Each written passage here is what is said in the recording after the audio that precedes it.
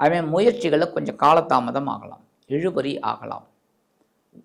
தொழில் கவனம் வேண்டும், உத்தியோகம் நிதானம் வேண்டும், பொறுமையாக.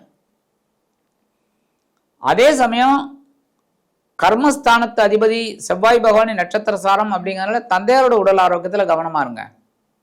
ஒவ்வொரு விஷயத்துலையும் தெளிவாக முடிவெடுங்க.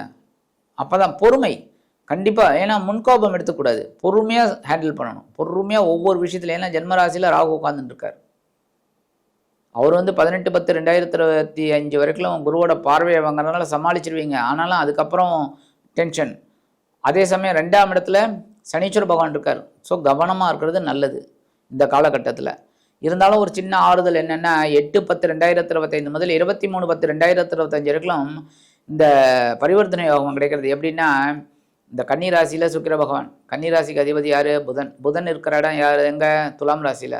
ஸோ 2 பேரும் பரிவர்த்தனை யோகம் படுறதுனால எல்லாத்தையும் சமாளித்து முன்னேறுவீங்க. சந்தோஷத்தை சந்தோஷமாக அனுபவிக்கக்கூடிய ஒரு சந்தோஷம் உங்களுக்கு கிடைக்கும். அதெல்லாம் எடுத்துக்கோங்க. பரிகாரம் கண்டிப்பாக பரிகாரம் அப்படின்னாலே சுக்கிர பகவான் குபேரலக்ஷ்மியை வழிபாடு பண்ணுங்க. அதே மாதிரி குபேரனை வழிபாடு பண்ண உங்களுக்கு பெரிய ஒரு தனபாக்கியம் கிடைக்கும்.